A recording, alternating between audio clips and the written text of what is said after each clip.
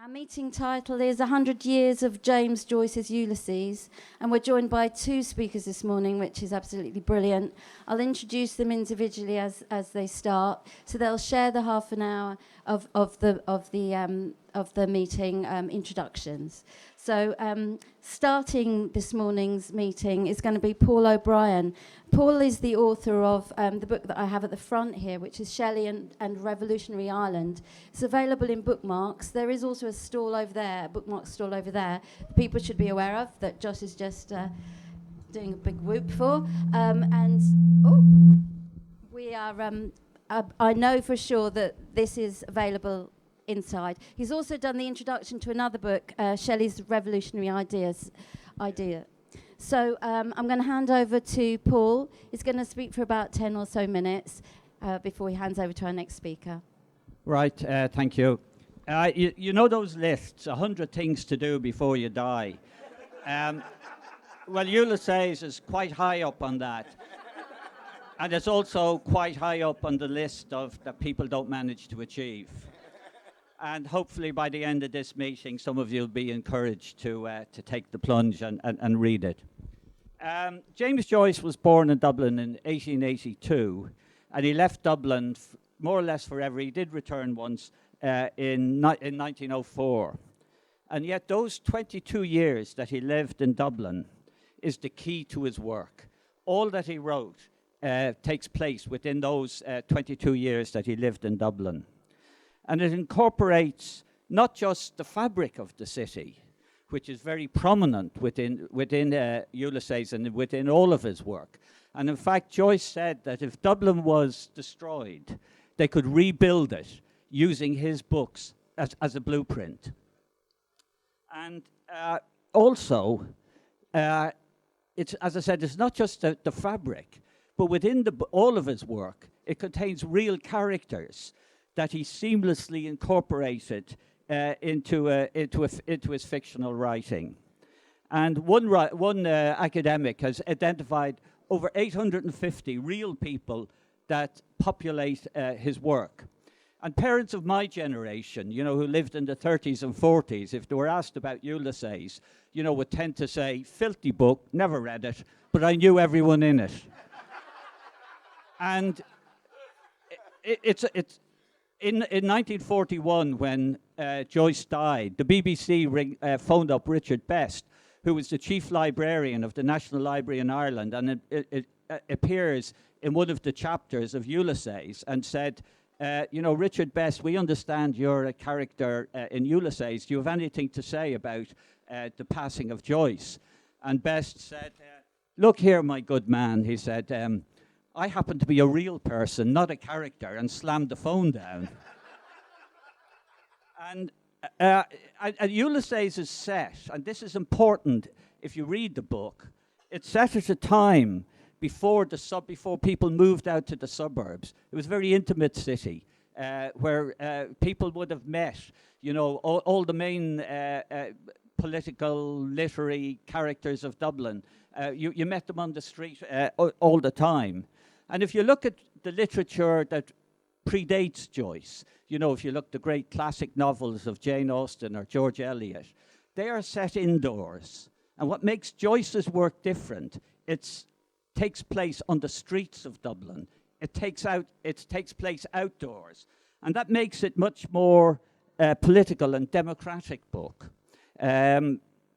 Because, you know, rather than the drawing room politics, that is the standard books of the establishment. And obviously, this is something that Richard will take up in his contribution. Now, Ulysses is set on the 16th of June, 1904. And this was a time of momentous intellectual turbulence within Irish society. You had the destruction of the career of Charles Stewart Parnell and the fallout from that right through the 1890s, which affected Joyce very much. And that's a theme, the fall of Parnell and the paralysis that he believed Irish society had fallen into, that runs right throughout the book. But also it's set at a time when Home Rule was on the agenda, the Irish literary revival, the Abbey Theatre, the poetry of W.B. Yeats, the plays of John Millington Synge, the land question. And so it was a period that he writes about of intense political discussion on the nature of the colonial relationship between Britain and Ireland. And that comes through, particularly in Ulysses. And out of this political upheaval, Joyce produces his first work, Dubliners, which is 15 short stories that he wrote between 1904 and 1907, but had immense difficulty getting published. It eventually appeared in 1914. And it contains one story, The Dead, which I think is one of the great stories, great short stories, not just in Irish literature, but in British literature. And if you want to start in getting into Joyce, I think the Dubliners, the short stories, is the place to start. And that will lead you very much into his work. He followed that up in 1916 with Portrait of an Artist, which is really it's indicative of Joyce's developing modernist style, and it's also a book essentially about his alter ego. It's essentially about the development of Joyce's intellectual journey. And of course, Ulysses, 1922, which we'll talk about this morning. I was in a bookshop last week in Hay-on-Wye, and I asked the proprietor, whether they stock Ulysses, and he said, yes, we do. All decent bookshops have to stock James Joyce. But he said, interesting, they sell very few. He said, people are intimidated by it. They think it's too difficult, too intellectual. And Paddy Kavanagh, a great Irish poet, wrote a poem in 1951 about what the problem with Ulysses for so many people is. And I'll just read you the first two verses of the poem. It's a wonderful piece. It goes, "Who killed James Joyce? I," said the commentator. "I killed James Joyce for my graduation." What weapon was used to slay the mighty Ulysses? The weapon that was used was a Harvard thesis.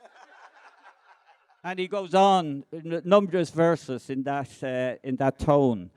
Because Kavanagh believed, like I do and Richard do, that academics have reduced Joyce's work to just something which they can operate on, but it has no meaning for ordinary people, or it can't be read for pleasure. That it's only people with a PhD who have access to Ulysses and Finnegan's Wake. Now, there's no doubt this is a difficult book. But I'd always say to people, don't worry about understanding everything in it.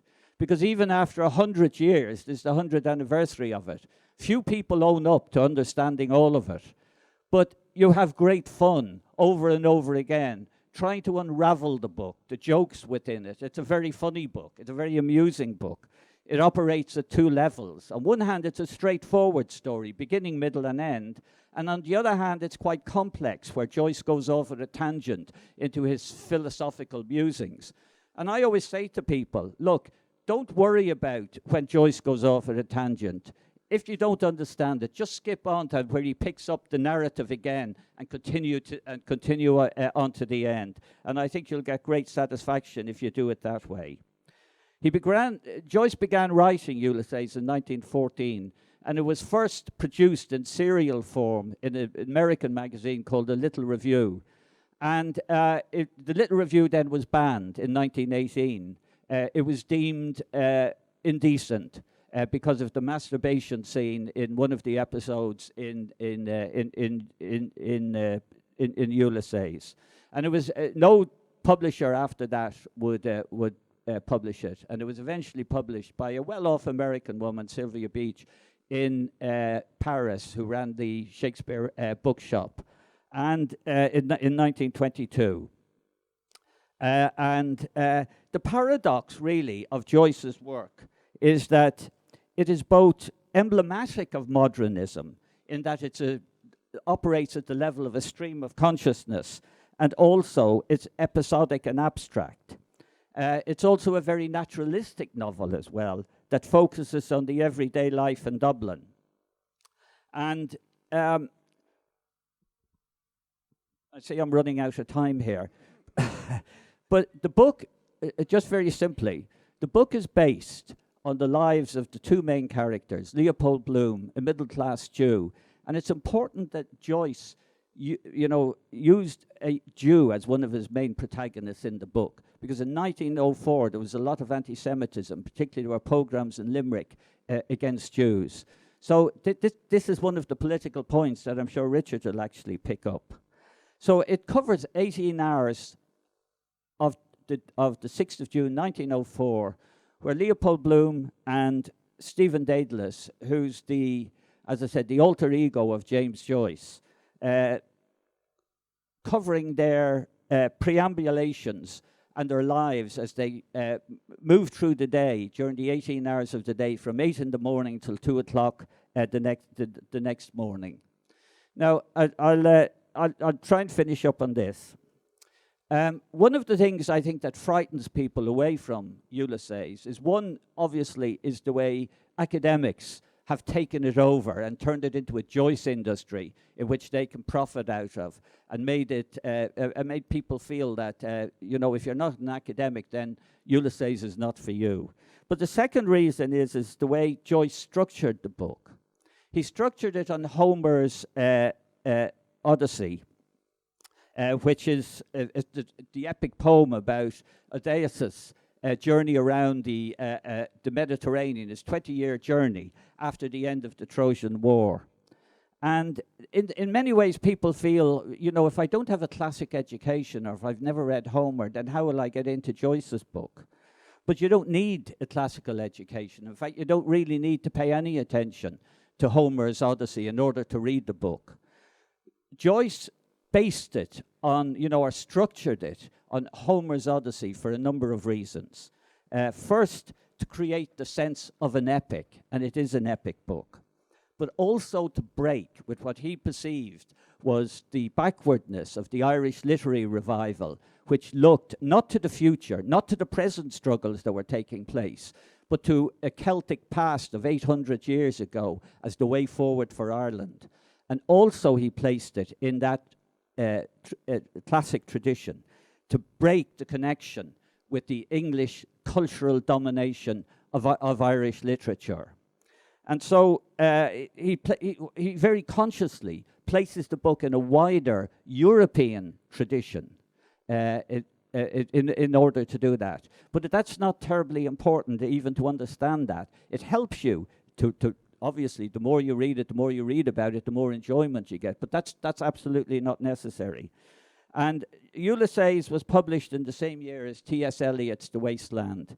And both of these books announced the birth, really, of modernism, that literature would never be the same again after these two books were published. And I think, and I'll finish on this point, that the challenge of Joyce's work is to appreciate how much seems exclusively aesthetic, while at the same time it is also profoundly historical, or that Joyce's work emerged from the historical context of the colonial relationship between Britain and Ireland, while simultaneously it manages to achieve a cosmopolitan or international outlook. It's a deeply political work. It's also a very entertaining work, and that's the point that Richard's going to take up now.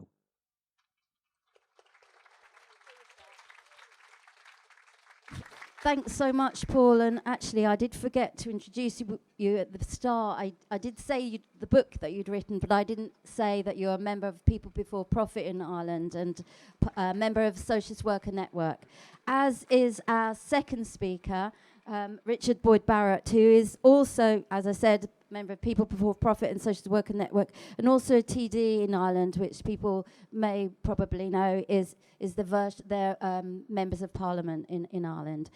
So Richard's going to continue where Paul left off. Thanks so much. Okay, great. Yeah, I'm just looking at the back of my edition of Ulysses here, and there's a quote from Anthony Burgess saying, "Everybody knows that Ulysses is the greatest novel of the century." There's one view, and it's one to which I subscribe. But there is a very different view, probably best articulated by Karl Radek, the one-time Bolshevik, later Stalinist apologist, who in 1934 said, describing Ulysses, he said, "It is a heap of dung crawling with worms, photographed by a cinema apparatus through a microscope. Such is Joyce's work." Zhao Libo, who was a Chinese novelist and got a prize from Stalin for his writing, that tells you something, said, "Ulysses is a notoriously obscene novel. It was completed in 1921 and published in 1922. The one person who first appreciated and promoted it was a most wealthy aesthete. Few other people have been interested in this book, where the reader, cutting through a boundless forest of words, would find nothing but worthless trifles and erratic images. Who but persons with an excess of fat would need such a book?" So that's quite a slating. Now, actually, ironically, when Lebeau refers to the forest of words and Radek's description are actually brilliant descriptions of Ulysses. But he puts a negative sign beside this thoroughly revolutionary, experiment, the ultimate experiment, really, with the novel form. And what I really want to say is that this is revolutionary, that Ulysses is revolutionary in terms of what it does to the form of the novel, but it is also that that sort of the formally revolutionary qualities of the novel are also directly linked to a revolutionary intervention, a political intervention in the Irish revolutionary process, and that's what it is about. It is a political intervention, and that political intervention requires a revolutionary new form of the novel. So let me try and sort of back that up. I mean, the opening scene takes place where Stephen Dedalus, the alter ego of Joyce, is with a guy called Buck Mulligan, who's based on a character called St. John Gogarty, and a fella called Haynes. I'm not quite sure who he's based on, but who's an Englishman who's writing a book about Irish folklore and essentially sees the Irish as a sort of quaint anthropological study, rather backward sort of people. And it takes place in a Martello Tower. The Martello Towers were these big, sort of huge defensive towers that were built in the aftermath of the French Revolution. They were essentially bastions built all along the coast of Ireland to protect against the possibility of invasion by Napoleon.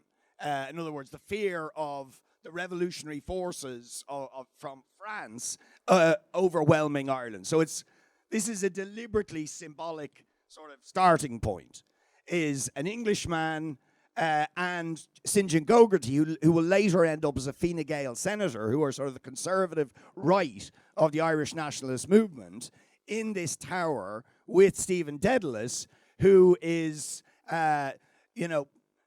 seen at least as somebody who's very sympathetic to the Fenian nationalist sort of impending revolt against British imperialism, although in fact his politics, as I'll try and explain, go much further than that, and are certainly influenced by a Marxist perspective and a socialist perspective.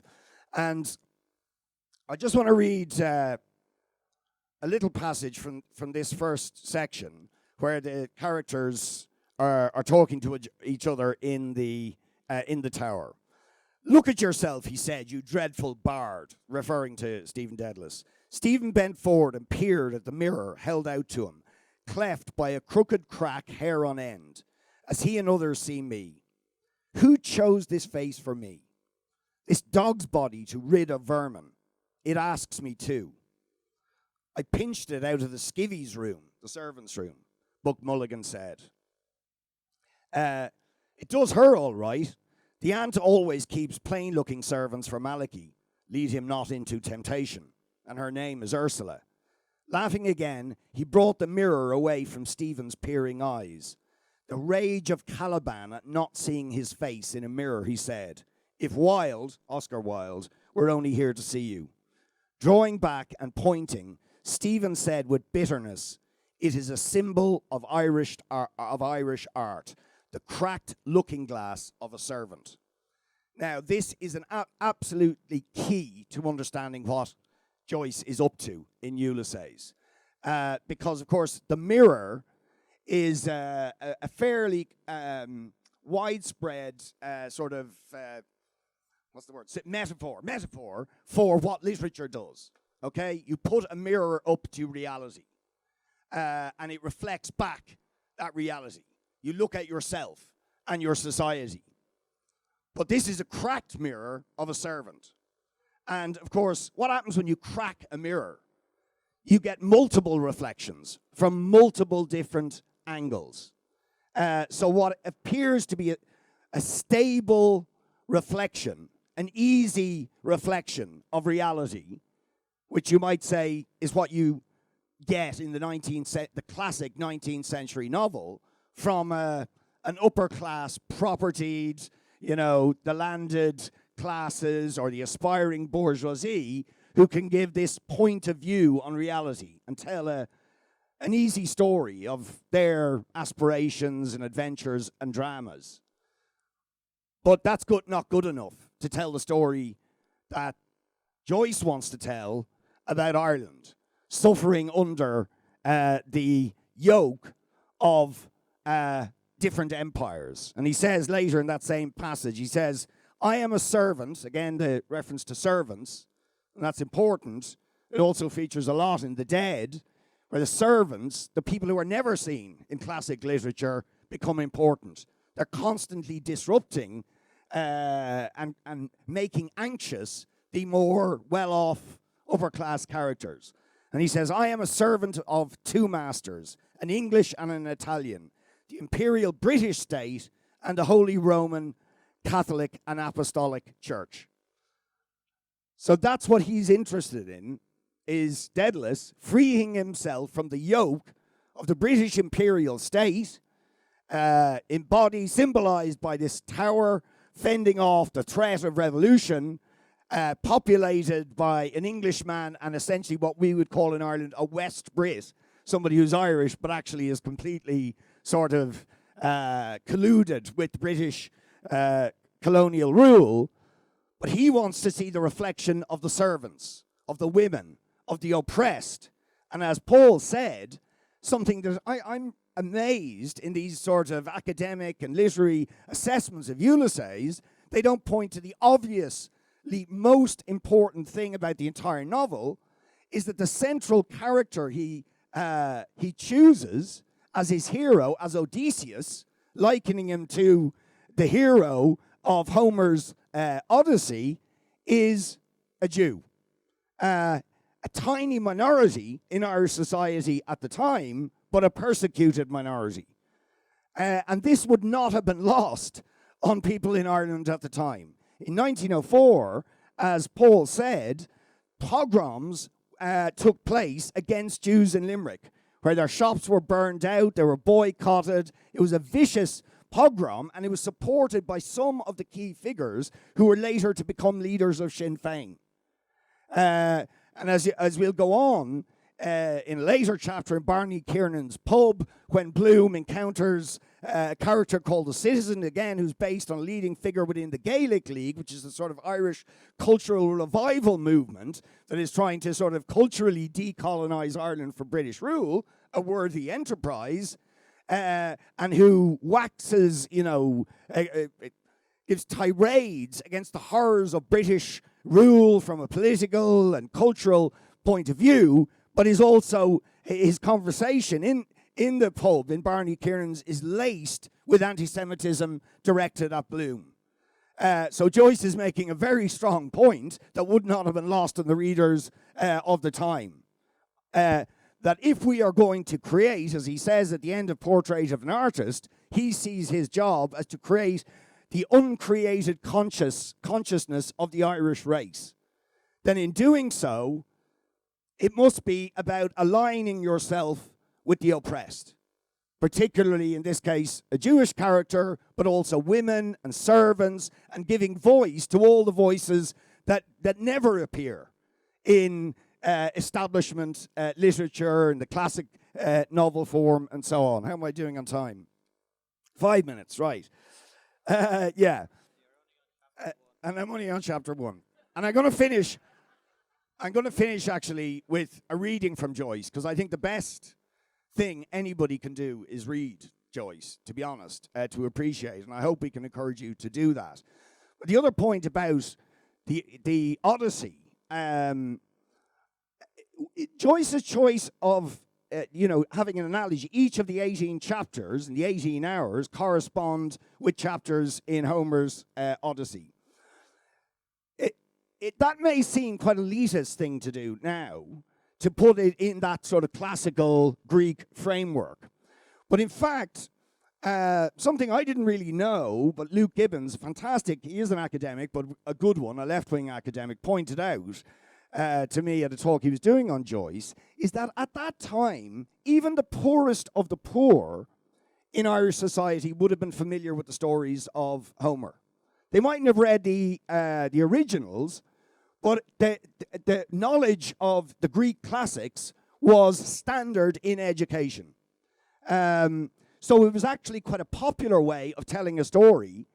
But what he's doing in a radical sort of overturning of those classic Greek myths, which are about warriors and kings and princes, where in the particular story, Telemachus, who is Odysseus' son, goes looking for his father, who is off at the Trojan Wars, and then we see his journey back to Ithaca.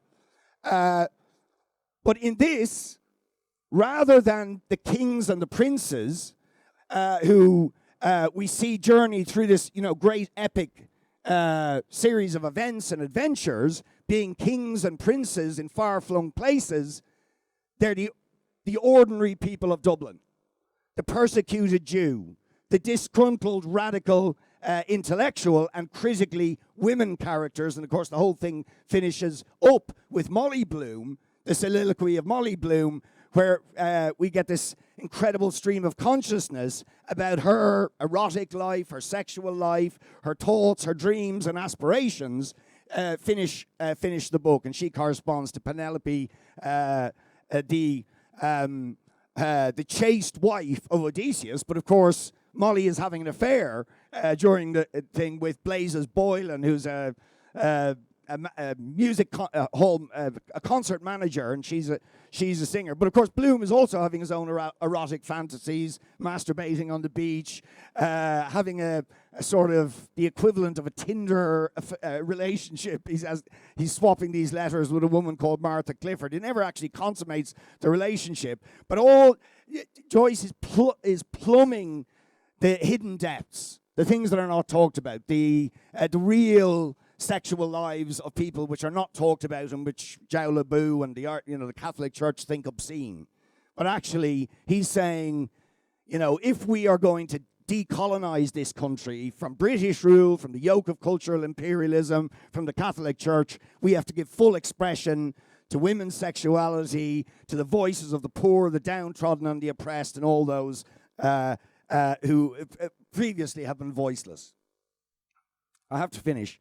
So I'm going to finish with reading a little bit, because once he does that, once he throws off the yoke of conventional literature, conventional narratives, undermines them, parodies them, he then opens up to an incredibly exciting world where all the new ideas of science, of that sort of revolution that's happening in with the cities, the growth of the cities and the great the great metropolitan centers, and things like Einstein.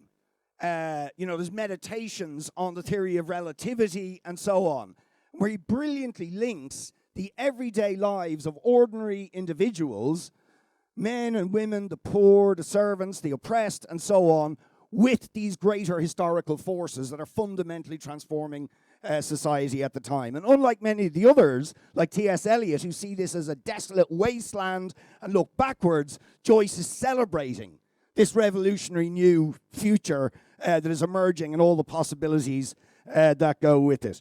So, with that in mind, I just want to read, if I can find it.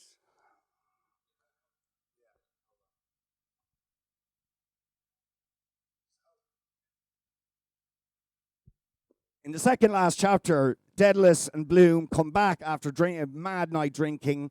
Bloom is essentially adopted Stephen Daedalus and has become his new father. This is the Homeric sort of analogy, right? He's become his new father.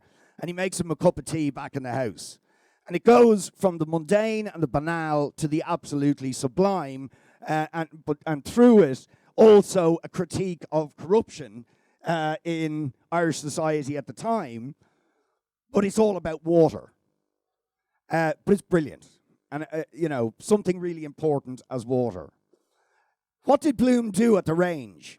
He removed the saucepan to the left hob, rose and carried the iron kettle to the sink in order to tap the current by turning the faucet to let it flow. Did it flow? Yes.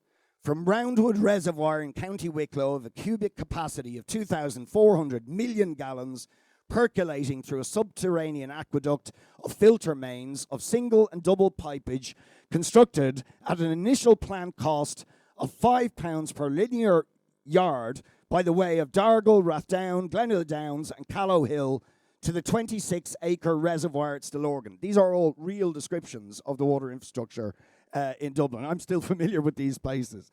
A distance of 22 statute miles, and thence through a system of relieving tanks by a gradient of 290 feet to the city boundary at Eustace Bridge, Upper Leeson Street, though from prolonged summer drought and daily supply of 12.5 million gallons, the water had fallen below the sill of the overflow weir, for which reason the Borough Surveyor and Waterworks Engineer, Mr. Spencer Harty, CE, again a real person, on the instructions of the Waterworks Committee, had prohibited the use of municipal water for purposes other than those of consumption, envisaging the possibility of recourse being had to the impotable water of the Grand and Royal Canals as in 1893, particularly as the South Dublin Guardians, notwithstanding their ration of 15 gallons per day per pauper supplied through a 6-inch metre, had been convicted of wastage of 20,000 gallons per night by a reading of their metre on the affirmation of the law agent of the corporation,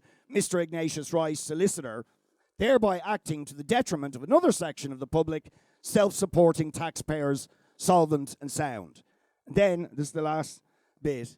So, this is the real sort of, description of the water infrastructure, the drought, the corruption of the city guardians, but then it moves to a sublime meditation on the magical qualities of water. What in water did Bloom, water lover, drawer of water, water carrier, returning to the range, admire?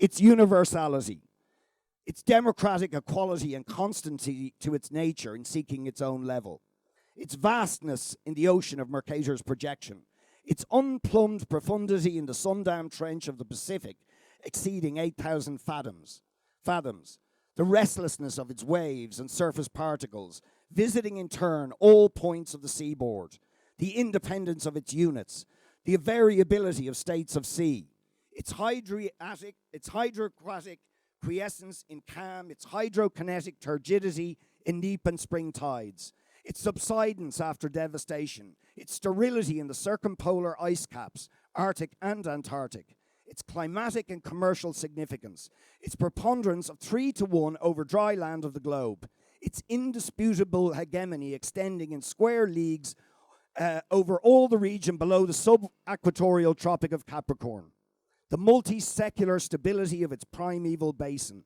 its lutifluvious bed, its capacity to dissolve and hold in solution all soluble substances, including millions of tons of the most precious metals, its slow erosions of peninsulas and downward trending promontories, its alluvial deposits, its weight and volume and density, its imperturbability in lagoons and highland tarns, its gradation of colours in the torrid and temperate and frigid zones, its vehicular ramifications in continental lake-contained streams and confluent ocean-flowing rivers with their tributaries and transoceanic currents, Gulf Stream, north and south equatorial courses, its violence in sea quakes, water spouts, artesian wells, eruptions, torrents, eddies, freshets, spates, ground swells, watersheds, water partings, geysers, cataracts, whirlpools, maelstroms, inundations, deluges, cloudbursts, its vast circumterrestrial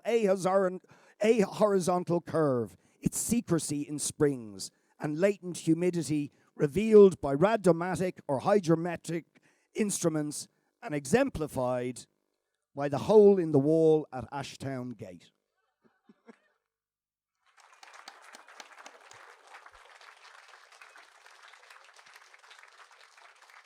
Thanks so much, Richard and Paul. And there was no way I could interrupt that flow of water from Joyce. So we may have gone slightly over. We are going to have, of course, time for discussion and contributions and questions. I have to thank the two of you. That was brilliant. I really enjoyed it. And I just wanted to say I read it as part of a group led by Richard Bradbury. We read a chapter a week. And it was just, there were some people who read it and reread it, and there's some of us who are reading it for the first time. And at the same time, I listened to Jim Norton's recording on Audible, and actually listening, because Jim Norton actually captures all of the voices.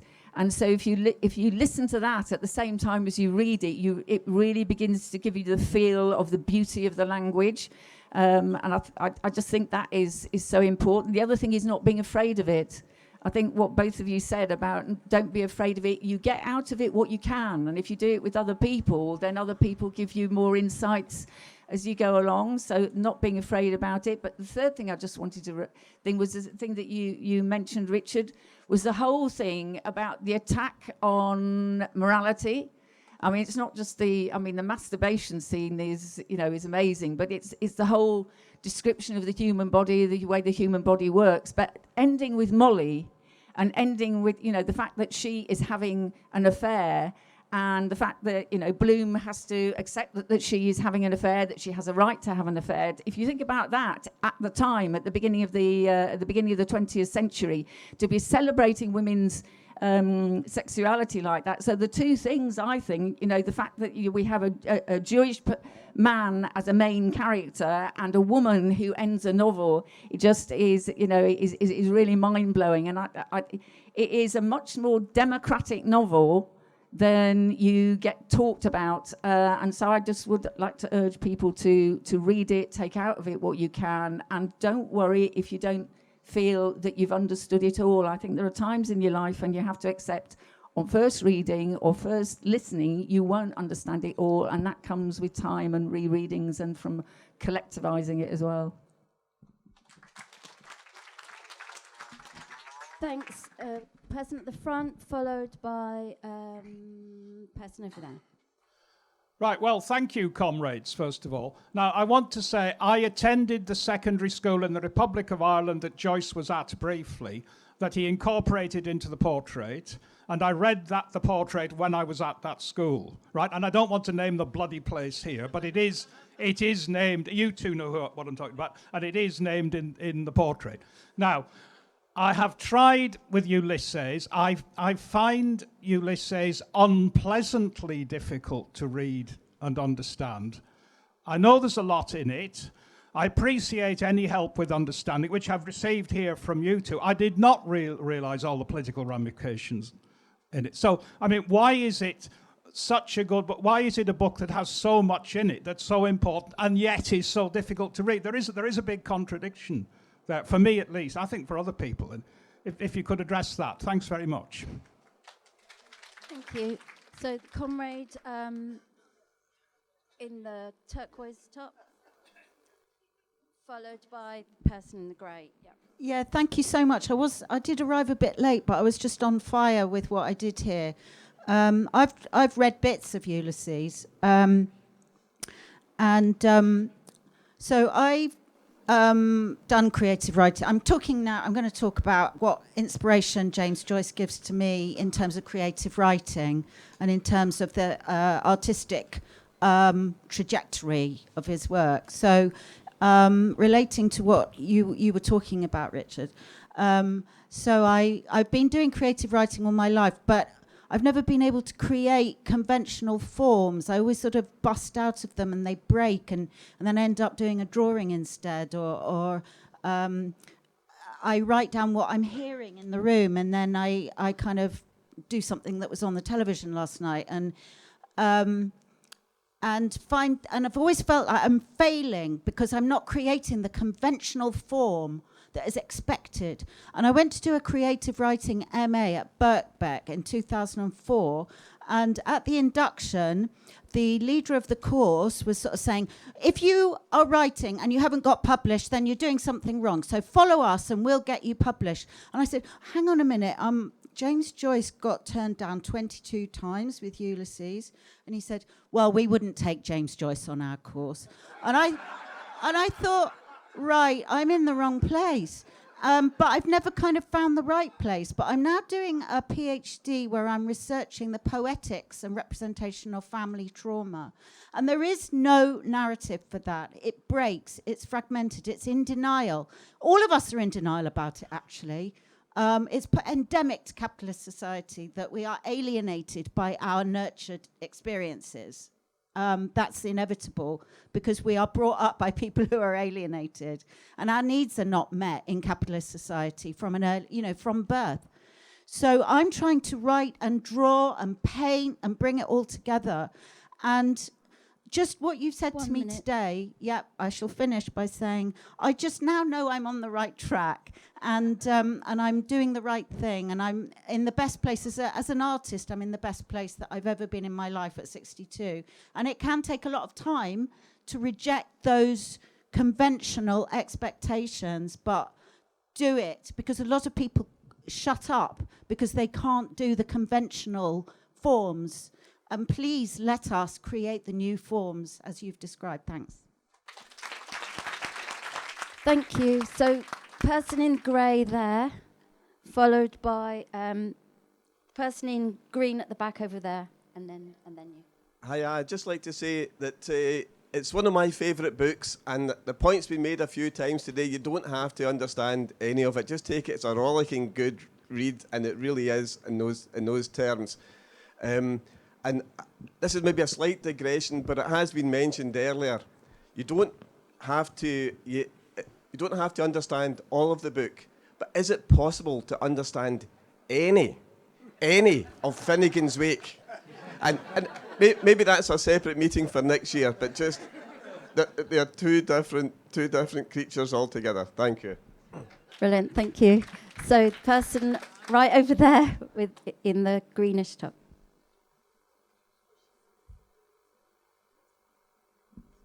Thank you very much. That was absolutely brilliant.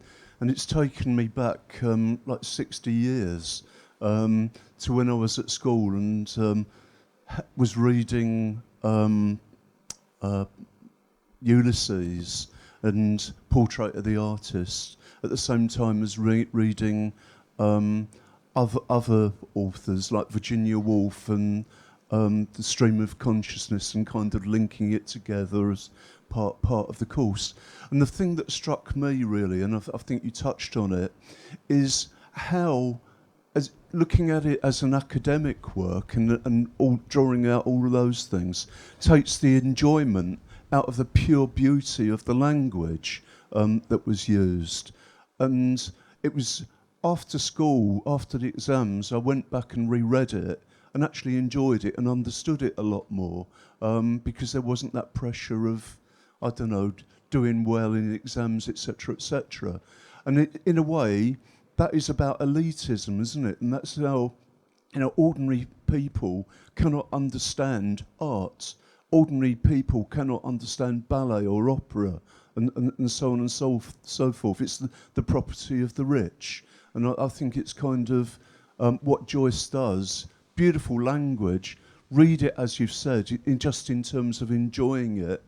And on the question of Finnegan's Wake, I read the first page and I can still remember the first words like river run past Steve and Adam, whatever, but I got no further. You've probably inspired me to go on to the second page.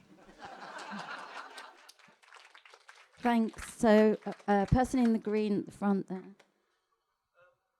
Followed by, person... you then, and then the person at the back with the glasses. I was going to say, Joyce would appreciate that because he was apparently a great singer. I mean, seriously a great singer. He was a great tenor, and he had friends in opera, and he was just an incredibly gifted guy. And that's the first thing he's saying. To me, I always think he's like the Muhammad Ali of literature, because he was a pugnacious bastard. He was argumentative. I remember there's loads of stuff about stories about him, coming up and Yeats saying to him, you're a brilliant poet, and him saying, yeah, I know. And then starting to criticise Yeats and say, well, yeah, but I'm not sure about you so much. But the really interesting thing about Joyce is this thing about, to what degree is Joyce different from whatever else was going on at the time? And I'll tell you what, to me, strikes it. If you read Joyce, he writes about the moments in your life that you would like to write about, but you'd be too scared to write about them. What I'm saying is this. I'll give you an example. My dad used to read Joyce. He loved Joyce. He used to leave it around. And he left Ulysses around. And I started reading Ulysses when I was 12. And as we know, Ulysses has got a beginning, a middle, and an end, but it don't necessarily have to go in that order. So I started at the end. Exactly, and I was 12. And I started at the end, and then I kept on starting at the end, and I kept on going, and in the end I was going, yes, yes, yes. And then my mum come in, and she said, what the fuck you doing? Right? And that encapsulates Joyce. It's not that he's not the great giant that he is, but the trouble is, people have fixed ideas of what literature should be about. And the trouble is, Joyce defies all that. 1 minute. And the last point I'd like to make, not only does he do that, but he's followed by great modernist writers of the same ilk. And the obvious one, who my dad also had the book of, was The Good Soldier Schweck, who Bertolt Brecht loved. And if you read those people, you understand what modern writing is. And it's exemplified, it goes right through. Billy Wilder was a mate of Bertolt Brecht. Billy Wilder was a stand-up comic in Berlin. And Billy Wilder, you see some of the films, the comedies of Billy Wilder, and you get a kind of picture of essentially a world in which the most important thing is to get by, to survive. My dad was a street bookie. He would have absolutely related to Bloom. And when Paul says he was middle class, well, he kind of was, but he was very much in the petty bourgeois end of it. And he was surviving. And that's what really Joyce is saying. This is what you have to do in the new urban capitalist world. Survive. Get on. And the moments just to get by, and the great moments of the book is, yes, Polly Bloom, but later on when I began to read other bits, the other big scene I love is when he's having a shit. It's absolutely it. And if you grew up where I grew up in the East End, and you remember outside toilets with a door open with fucking tobacco smoke coming out of them, and people reading the fucking Daily Worker or the Sporting Life or the Handicap book, then you get a picture of what real life was like. Thank you. Okay, person over there on this side with the curly hair. Behind. We'll try and fit everybody in. So after you, then the person there who we got confused, and then person in the denim after that. Yeah, thank you for that. I just want to ask a question, which was, you talked about Ulysses as a political intervention. What was the relationship between Joyce's writings and the armed struggle that had emerged from 1919 to 1921? because obviously Ulysses was published directly in the aftermath of that. But also, what relationship did Joyce have to republicanism in general? Obviously, you know, his dad was destroyed really by the fall of Parnell and the stagnation of the Irish republicanism movement during Joyce's childhood. But what relationship did he have to the kind of struggle against British imperialism that emerged both in 1916 and 1919 to 1921? Thanks. Person here with glasses? Perfect, brilliant. Hi, thank you all for your contributions. They've been so interesting and lovely. And I also similarly feel like I'm back in high school, but for me that was not that long ago. But so I'm also a writer, and something I've been thinking a lot about is like the role of the novel as a form, right? So in modernism, we're like, oh, the novel, like with Joyce, with Virginia Woolf, whatever, it's exploded, it doesn't exist anymore. And I'm wondering if there's a connection between the contemporary disconnect with Ulysses as this, you know, massive book that is hard to read. And I'm wondering if it means like, well, maybe the novel isn't as relevant of a form anymore. As someone who loves novels and has written 2 of them, but also feels like maybe, like, did the novel die in 1922? I don't know. And I would love to hear more people's thoughts on that. And, you know, yeah, similarly, like, if, like, what forms would be used today? Like, you know, like, there's the argument of, like, people's, like, attention spans being shortened by social media, that sort of thing. Is like that contributing to why we're no longer, as a general culture, let's say, finding as much meaning in long form work? Is it like, would it then be generative to go back to long form, or to kind of commit fully to the void of tiny, tiny things? Thank you. Thank you. And the comrade in the person in the denim top. Thanks, and thanks to both the speakers. I wanted to return to Paul's advice at the beginning, because that's the way I got into it. I started reading it and I couldn't get into it at first, and then I read the Dubliners and I got into it. But the other point I wanted to make was that when you were speaking, it reminded me of another kind of experimental radical novelist in the 30s, Lewis Grassic Gibbon, who wrote The Scots Quair. And that, the first volume of its Sunset Song, has since become one of the favourite books that kids get at school now. It's a beautiful novel. If you've not read that, read it. But he too was in it. It was the thing that Sheila McGregor mentioned, the morality. I mean, his own family disowned him. It's the story of the peasantry becoming proletarianised, if you like, in the northeast of Scotland. And the book was banned in Bootsies. It was banned across Scotland, both by the sort of Calvinist or the Presbyterian religion and the Catholic Church, because it covers things like child abuse. It's a book of a woman growing up, and when I started reading it, you would have swear it was written by a woman. It's the only book I've ever read like that. And he was, it's the same sort of thing. It was he's a socialist. He was actually tried to join the Communist Party and wasn't allowed to join it. But he was an experimental writer. And the problem that folk found it so difficult, he starts it in what's called the Doric tongue, the tongue of the folk, the peasantry of Aberdeenshire. Lowland Scots, it's sort of different language.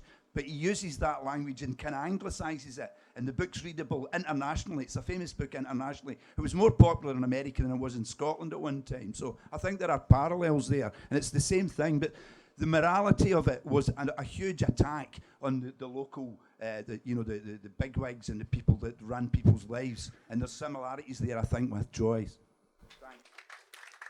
Thanks so much. I don't see anyone indicating, so we'll bring this bit of the meeting to a close.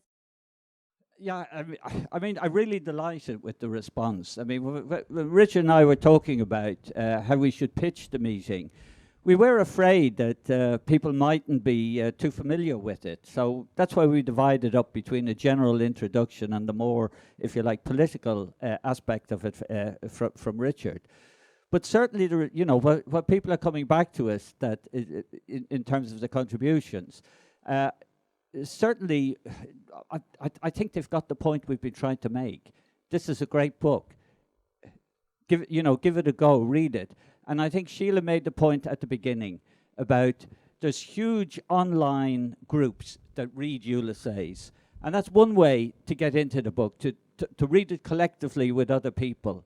And also, and this is, Sheila made the point, I always say this to people when you're starting off, go onto the internet, get one of the audios on it, and just listen to it. You don't have to listen to all of the book.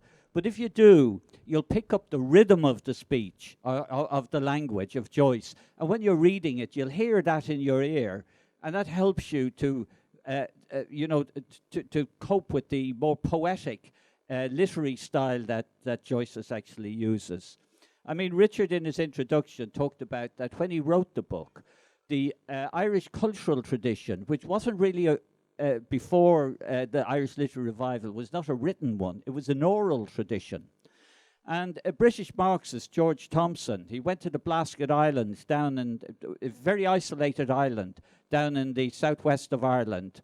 And he said that when I arrived on that island and I heard those ragged peasants speak, it was as if Homer had come alive, because he recognized that within their folk tales and speech, they were picking up on the tradition of the great Greek classics that somehow or other over the previous 1,500 years had filtered down within their tradition.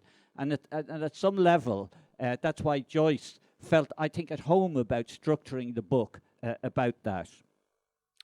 Somebody asked about Finnegan's Wake.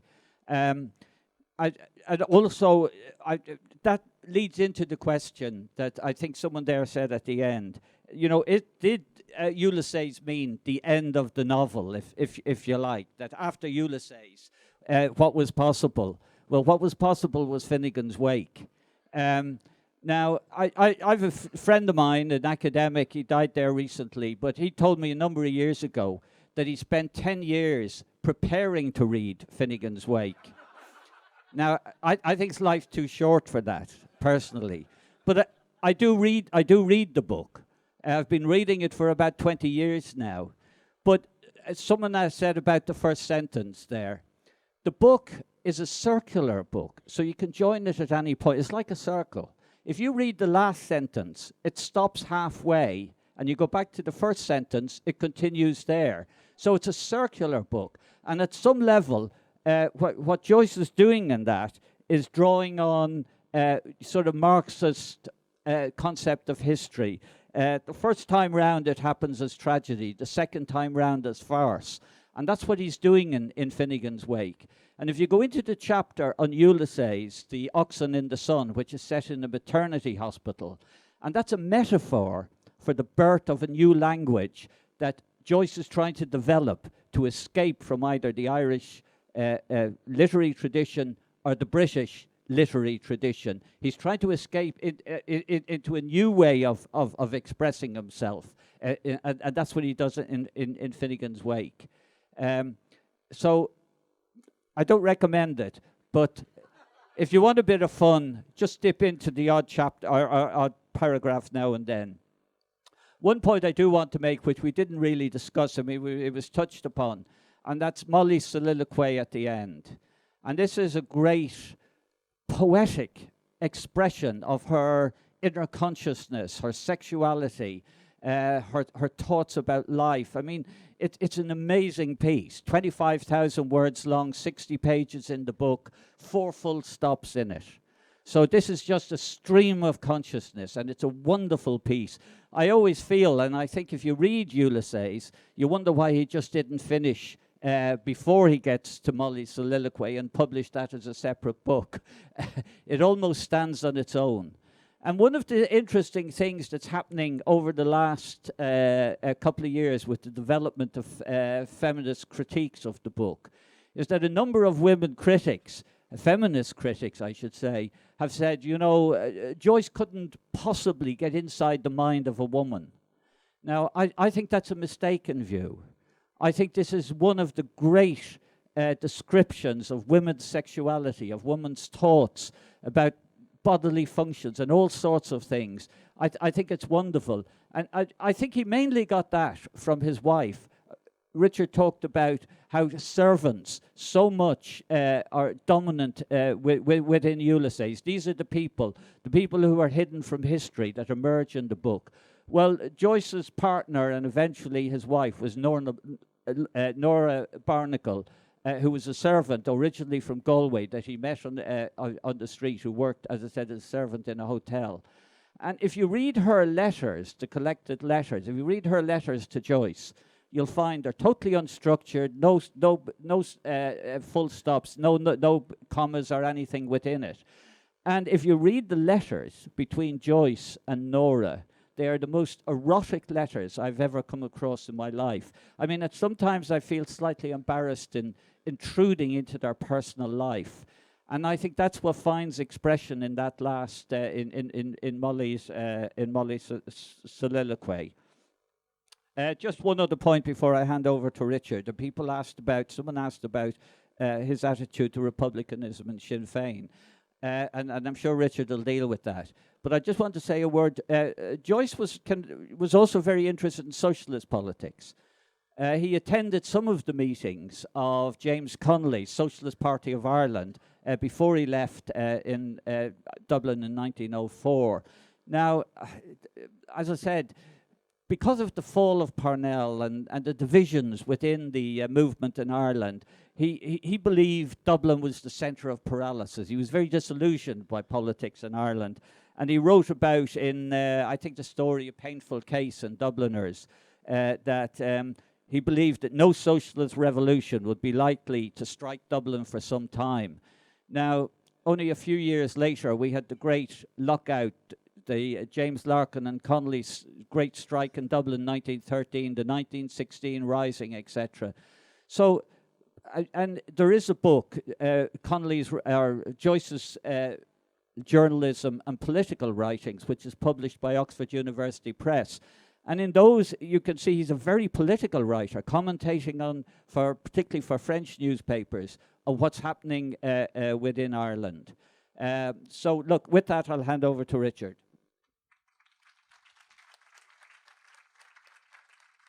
Yeah, there was some really fantastic contributions there, and we probably can't answer all of the questions. But just the one about,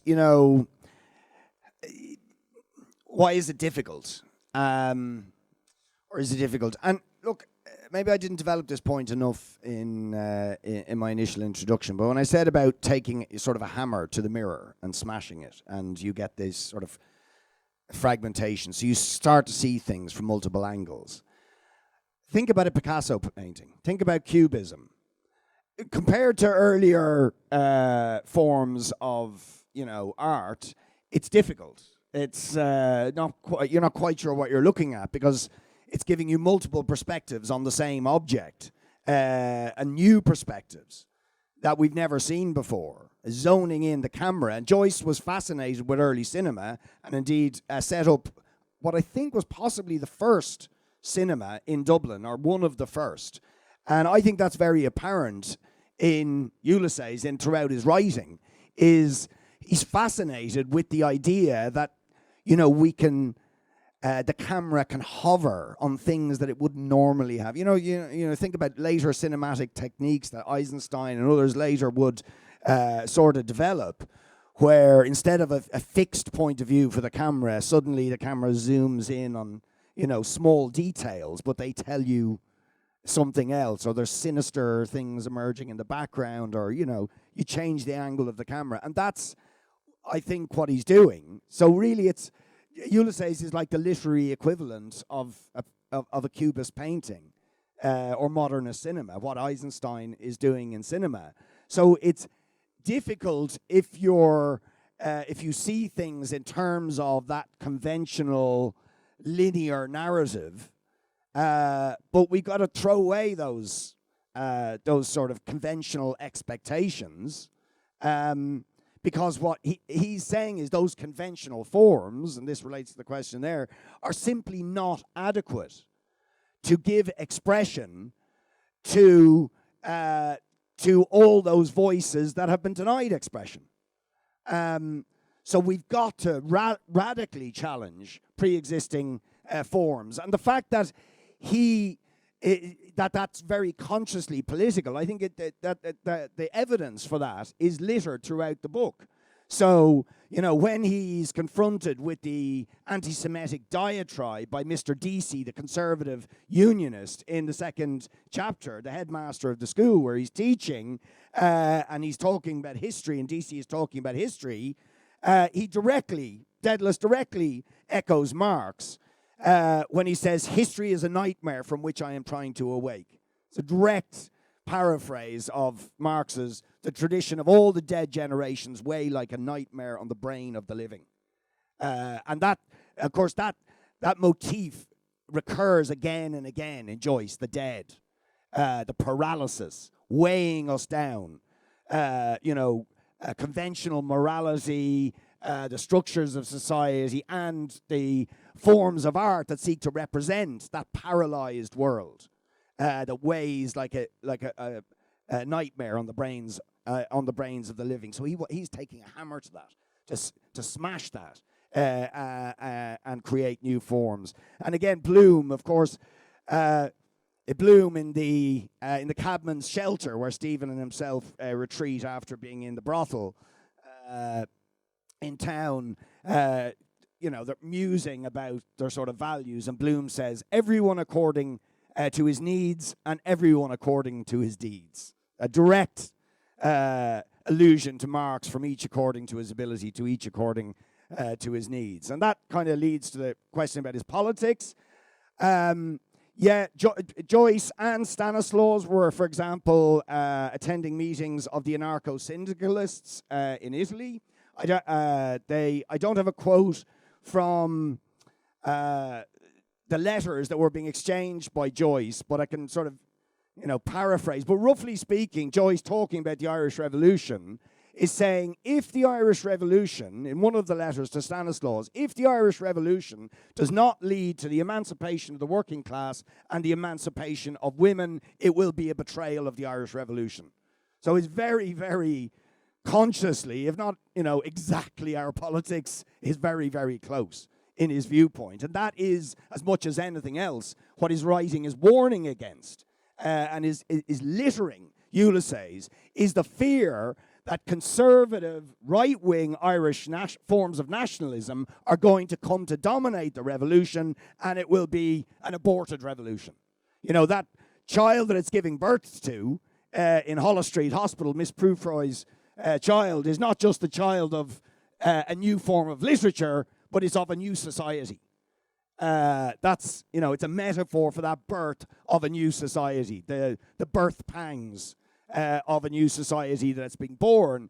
And he is fearful, and tragically his fears are realized in the Irish counter-revolution, because all that incredible revolutionary energy that did emerge in Ireland, that saw Soviets established, that saw very, very radical ideas coming to the fore, were absolutely crushed precisely by the St. John Gogartys of this world, the Buck Mulligans of this world, who come to dominate the new Irish Free State and put all of that sort of emancipatory energy that had been unleashed during the revolution firmly back in its box. And of course, that really is why Joyce doesn't return to Ireland, and why they disliked Joyce's writing so much, because he challenged everything they were doing in this new state, which was such a betrayal and abandonment of the best potentials that had been apparent for a while in the Irish